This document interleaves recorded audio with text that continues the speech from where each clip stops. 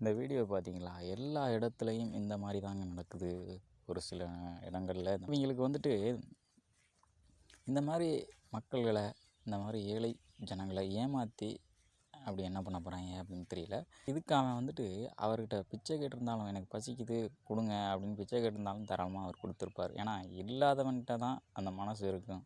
குடுக்குற மனசு இருக்கும் அப்படின்னு சொல்லுவாங்க. நீ ஏன் இந்த மாதிரிலாம் பண்ணணும் அப்படின்றது தெரியல. நிறையா பேர் அப்படி தான் பண்ணுறாங்க. நிறையா பேர் இருக்கிறவங்க வந்துட்டு இல்லாதவங்ககிட்ட கொஞ்சம் நெஞ்சம் இருக்கிறதையும் பிடுங்கிட்டு போயிடுறாங்கங்க. இப்படி தான் இருக்குது வாழ்க்கையோட நியதி. இது வந்துட்டு இப்போ கூட ரீசெண்டாக பார்த்திங்கன்னா நிறையா நடந்துக்கிட்டு இருக்குது.